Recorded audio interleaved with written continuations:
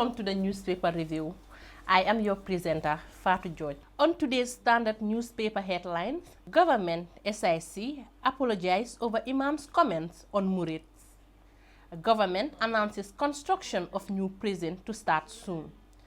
Families of AKI victims rejected government's compensation offer. Government renews vows to fight corruption. Ambassador impressed with Turkish company's cold store project in Pirang. Suspected killer of Gambian woman in UK to stand trial today. NPP President Dembo Bojang buried in Bakau. Fuel explosion kills 2 in Brufut.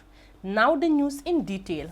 The Gambia government and the Gambia Supreme Islamic Council have both apologized to the Murid Brotherhood, a like tariq most prominent in Senegal, the Gambia, and most places around the world with headquarters in the city of Touba in Senegal. The apologies came after comments made by a Gambian Imam, Abdul Rahim Kouyaté, in his Friday sermons last week. In the sermon, Imam Kouyaté said the annual religious festival, Magal, the flagship event in the lives of the Murids, is a sinful act, worse even than drinking or fornicating at nightclubs. Anyone who goes to Magal will go to hellfire, the Imam said, arguing that Magal is tantamount to worshipping something other than Allah, which is the worst sin in Islam. While his comments resonate with a lot of Muslims, they are, however, deemed to be highly offended to the Murid sect. The Standard received unconfirmed reports that members of the community in the Gambia have reported the matter to the police. GSIC has added its voice to the matter. In a statement, GSIC apologized to the Murid community, saying it acknowledges that the sermon in question contains statements that have caused pain and misunderstanding within the community. The Council urges all scholars and preachers in the Gambia and beyond to adopt the Quranic method of addressing sensitive or controversial issues. Tributes have been pouring in for the late Dembo Bojang of Bakau, who passed away on Thursday night. He was believed to be about 80 years old. Following a short stint as a civil servant, Dembo gained prominence in 1978 when he contested and won the by-election for the Bakau constituency on the ticket of the opposition National Convention Party, NCP, after the death of the then MP Bibi Kamara in a car crash. He was re-elected in all subsequent elections until the 1994 coup. Dembo was one of the most popular politicians of his time. Such was his popularity and appeal among his electorate that they consider his election as matter of force, hence his nom de guerre, by force. President Barrow described him as a true Muslim, God-fearing and selfless man who devoted his entire life to serving humanity with distinction and humility. Opposition UDP leader Ousseynou Dabo in a video narrated a long family and political relations with the late politician. Dembo by force was laid to rest in front of hundreds of mourners late Friday evening. The Minister of Finance and Economic Affairs, Sidi Keita, has stated that government has an unwavering commitment to tackling corruption. Speaking at a press conference on Friday organized by the Ministry of Information to respond to protest group Gala's petition, Minister Keita said the detrimental impact of corruption on the nation called for a united front in combating it, while acknowledging the incidences and the negative impacts of corruption on our society as it undermines the development, security, and human rights and rule of law. This administration is committed to combating corruption by all means necessary, Minister Keita stated. The Gambia has announced a bold plan to build a new prison as part of a comprehensive reform of its prison system. Interior Minister Abdoulaye Sanyang made the announcement during a special edition of Mansakunda with the Children's National Assembly on Saturday. The new facility, according to Minister Sanyang, aims to replace the notorious and overcrowded Mile 2 Central Prison, which has long been criticized for poor conditions, human rights abuse, and a brutal legacy under the former dictatorship of Yahya Jammeh. The new prison project is a key part of a widened initiative unveiled by Interior Minister Sanyang at a new edition of Mansakunda with the Children's National Assemblies on Friday. The plan envisions a modern correctional facility designed to shift the focus from mere detention to rehabilitation, education, and vocational training, he said. The Gambia Press Union (GPU) has successfully concluded a 3-day training session for 40 journalists on physical and online safety. The training, supported by the National Endowment for Democracy, aimed to equip journalists with the necessary skills and knowledge to execute their work safely and professionally. The journalists were trained on how to make risk assessment and develop safety plans to mitigate potential threats. They also received tips on physical and safety security, including situational awareness and contingency planning. The training also covered online security measures, such as protecting personal information, creating strong passwords, and defending against malware and phishing attacks. Paul Stephen Prera, safety trainer and GPU board member, urged participants to apply the knowledge gained from the training and share it with colleagues who couldn't attend. When we talk about safety, we need to think about how safe we will be when we are out there covering events, he said. The GPU commended the National Endowment for Democracy for their support and expressed desire to continue its work in promoting journalist safety and welfare. Speaking at a special government press conference in response to protest group Gambians against looted assets, Gala's petition for President Adama Barrow to take immediate action on recommendations of the National Assembly on the acute kidney injury (AKI) crisis that killed over 70 Gambian children from taking contaminated medicine in 2022. The Attorney General, Dauda A. Jallow, has revealed that the affected families have declined the government's compensation offer and are pursuing legal action with the hope of a bigger compensation. They even will not accept part payments, Jallow said. His Excellency F. Oba, the Turkish ambassador to the Gambia, yesterday visited the Pirang community's new cold storage facility, a project designed to strengthen farmers' capacity during the harvest season. The facility is expected to reduce post-harvest losses and improve food security, not only in Pirang but also in neighboring communities. In sport, the Gambia Football Federation (GFF) has announced the passing of Ibu Faye, a former Gambia national team player, not the current second VP of the Gambia Football Federation. The late Faye played for White Phantoms and Real de Banjul football clubs and was known as an excellent right winger during his time with the Banjul-based teams. He was part of the historic lineup that defeated Hafia of Guinea in Banjul in 1973. Affectionately called Limba, he was a very humble and kind-hearted man who helped many people. Faye worked for the Cooperative Union in Kaur for many years. The President and Executive Committee of the Gambia Football Federation extend condolences to his family, friends, former teammates, and the management of the clubs he played for. Moving on to the foreign newspaper headlines, Finance Minister Defense Government aimed 30 million oil scandal report says allegations not established. Unemployment, Gambia College graduates question delayed teacher appointments. Concerned Gambian asked questions which Minister of Education did not answer. Education Minister outlines ambitious reforms citing gains and challenges. Select Committee on Jami Assets to visit property sites today. Disabled students demand end to oral English exams, government pledges action. Now the news in detail. The usually calm atmosphere of the Mansakunda civic engagement program turned somehow emotional on Friday when a young man challenged government officials on the fate of Gambia College graduates who completed their teacher training in 2024 but remain at home unemployed. The other thing is the college students who graduated in 2024 are still concerned where lies their fate. Will they be employed or will they not be employed? The young man asks. From Gambia College, Ismaila Cisse, the Minister of Information, interjected, charging the question and answer session. Yes, from Gambia College class of 2024, the boy replied firmly. For decades, graduates from Gambia College were absorbed directly into the teaching service without delay. But officials at Friday's gathering acknowledged a shift in policy, saying recruitment will now be based on needs rather than automatic placement. Foreya will do a comprehensive report on this policy shift, highlighting the position of the government expert comments and the viewpoints of the teachers as well as the union representing them. Finance Minister Sidi Keita on Friday defended the government's handling of a $30 million oil scandal, insisting that allegations of bribery, money laundering and tax evasion could not be sustained despite a preliminary report confirming widespread fraud and governance failures. Speaking at a press conference on August 29th, Mr. Keita said the allegation of bribery, money laundering and tax evasion on the petroleum products worth $30 million could not be established.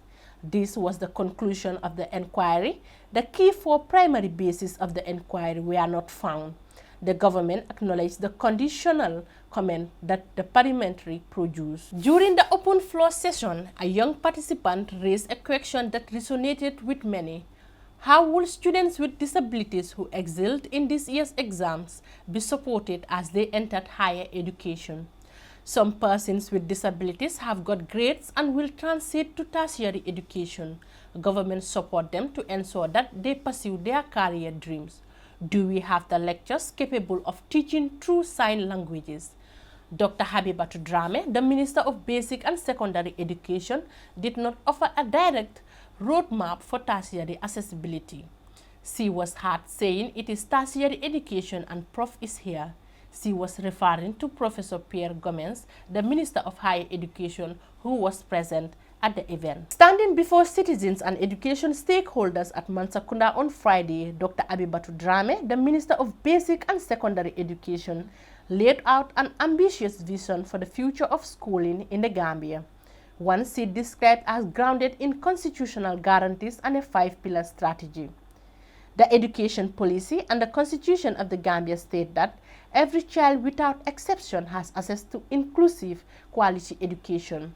Drame said the path to progress agenda of the minister, that is the government, is grounded on five strategic pillars, shaping every decision and driving every initiative across the sector. In a rare public intervention that drew the room to silence, Ndaisise, a young woman with a disability, rose through her interpreter to ask the country's education leaders questions that has haunted her and her peers for years. Why must deaf students sit for an oral English examination they can never pass? Speaking through Lamin Sonko, one of the Gambia's leading sign language interpreters, Cisse began by thanking the government for its investments in education but quickly shifted to the frustration shared by students like her. My colleagues want the government to eradicate oral English in the grade 12 examination for senior secondary schools because it puts them at a disadvantage, she said. She explained that despite their efforts, the system was designed against them. This year, some persons with disabilities got good grades, but they all failed English language examinations, she said. At the senior secondary level, English is broken into three parts: objective questions, theory, which includes comprehensions, summary and essay writing, and finally oral English, which requires students to listen to a pre-recorded tape and answer questions. The oral paper puts them to a disadvantage because they all will score 0 because they cannot hear, Cisse said.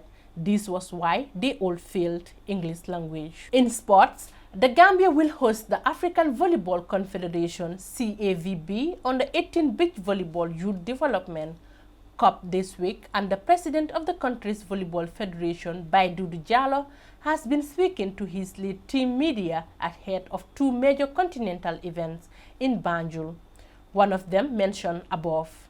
The second event, which kicks off today, is the CAVB Beach Volleyball International Referee Candidate course. The sports minister, Bakari Baji, is expected to preside over the opening ceremony of this event.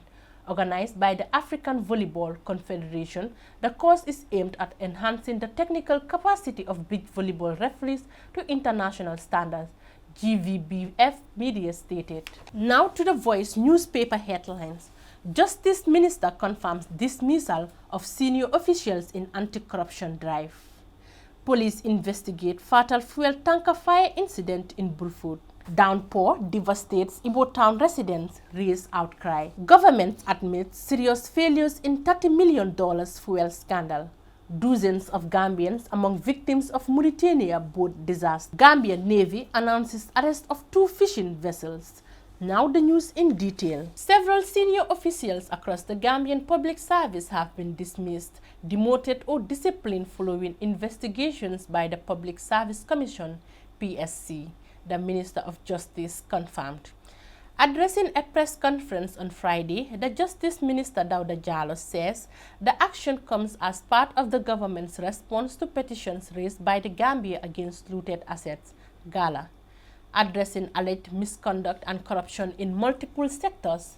According to him, Mr. Muntaga Sala, Permanent Secretary at the Ministry of Petroleum and Energy, was dismissed for impersonating a government advisor and attempting to facilitate fraudulent travel visas. Similarly, Mr. Seydou A.M. Bah, Assistant Superintendent of Immigration at the Gambia Immigration Department, was removed for his involvement in a forged diplomatic passport scheme and issuing non-biometric passports to fugitives respectively.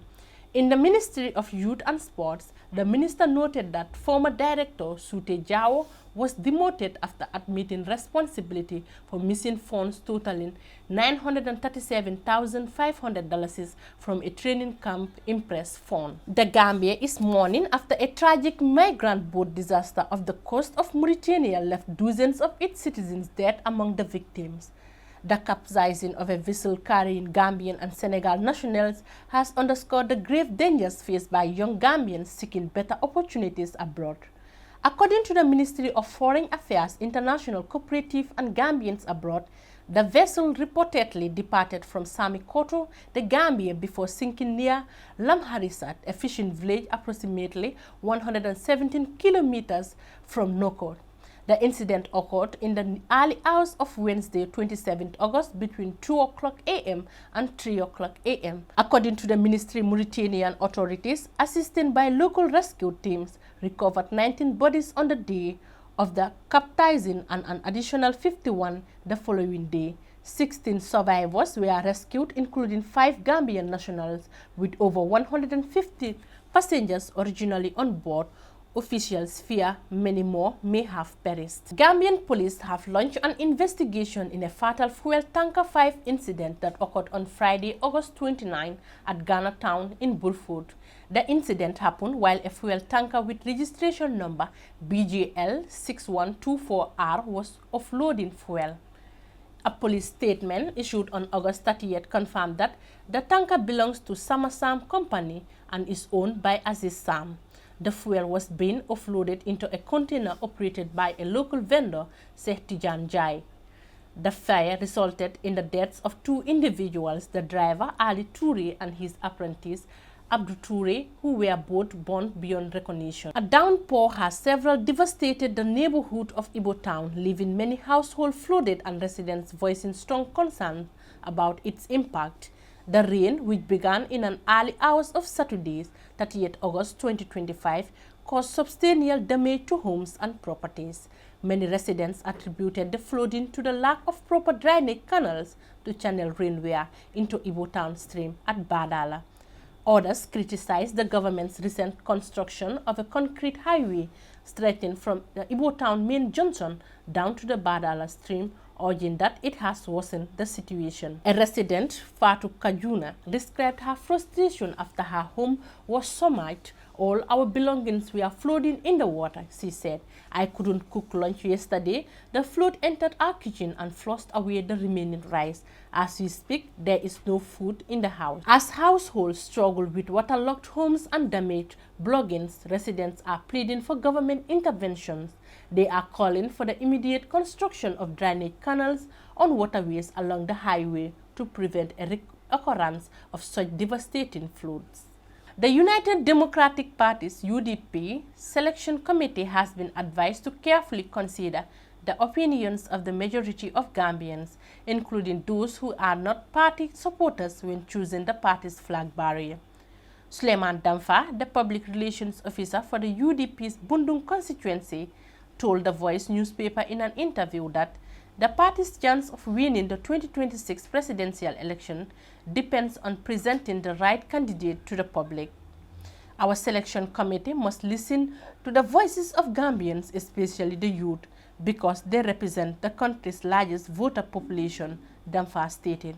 According to Damfa, many Gambians are looking up to the UDP to salvage the countries. He suggested that the party could initiate dialogue with other political parties similar to what was done in 2016. In sports, Celtic FC delivered a commanding performance against Ron Mango FC, securing a decisive 3-0 victory in the Serekunda West Sports Organization's Summer Nawetan tournament. In a highly anticipated match, it was Celtic FC who took control. Jibril Cisse broke the deadlock in the 33 minutes, putting his team up 1-0. Despite Ron Mango's attempts to find an equalizer before halftime, Celtic's defense held firm. Celtic FC continued their dominance in the second half. Baboucarr Jatta calmly slotted the ball into the net in the 55 minutes to double the lead. The final blow came just 11 minutes later when Ali Colley sealed the 3-0 win for Celtic. In other matches, Luzerne FC and Erinjang FC settled for a 1-1 draw.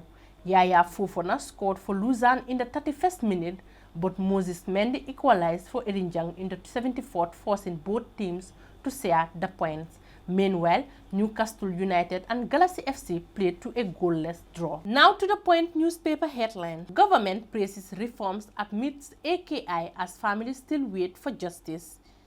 Domestic violence claims life of Gambian woman in Edinburgh. Info Minister tells Gala grievances shouldn't be addressed in streets.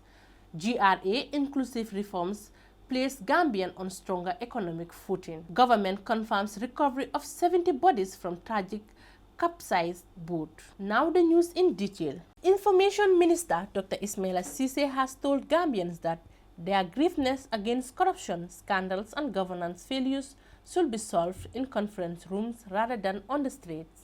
Addressing the Gambians against looted assets gala petitions at a government press conference, Dr. Ceesay urged citizens to abandon street protests and instead come and engage with government officials.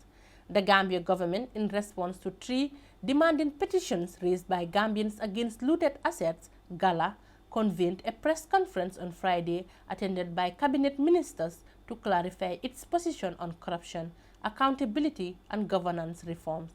Taking center stage was Dr. Ismaila Ceesay, Minister for Information, Media and Broadcasting Services, who directly addressed Gala's demands regarding the alleged $300 million petroleum scandal, updates on corruption and fraud cases, and the much-delayed findings of the acute kidney injury AKI investigations. The Secretary General of the Associations of Clearing, Customs and Forwarding Agents ACCFA, Momodu Sow, has spoken about the consistent revenue performance registered by the Gambia Revenue Authority GRA over the recent years, attributing it to quality leadership. He hailed Commissioner General Yankuba Dabo, saying that GRA's inclusive reforms placed Gambia on a stronger economic footing. Mr. Sow emphasized that the collaborative and inclusive approach to reform has not only benefited the Revenue Authority, but also the agents themselves. Faster clearance time, enhanced data management, and streamlined process have collectively placed the Gambia on a stronger economic footing, he urged. The Ministry Youth and Sport, in partnership with the United Nations Development Programme UNDP, on Saturday officially swore in the second cohort of 100 university graduates into the National Youth Service Scheme, NYSS. The ceremony, held at a local hotel near the Independence Stadium in Bakau, marked the beginning of a year-long national service program designed to build skills, instill patriotism, and prepare young Gambians for future leadership. In his keynote address, the Honorable Minister of Youth and Sport, Bakari Y. Baji, congratulated the graduates, describing the program as a milestone in their personal and professional journeys.